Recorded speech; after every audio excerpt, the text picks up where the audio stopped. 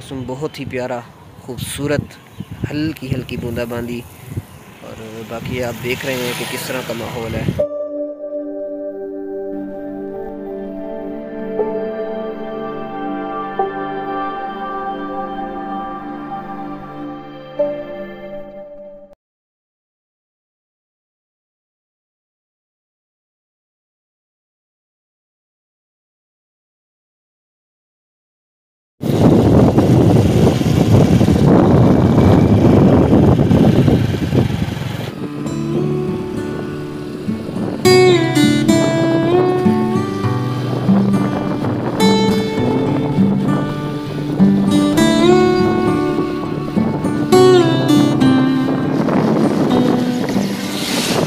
तो नाज़रीन, सीन कुछ इस तरह से है कि आज मैं यहाँ पर अपने किसी अकारिब उनके घर आया हुआ था और रास्ते में बारिश हो गई है काफ़ी ज़्यादा।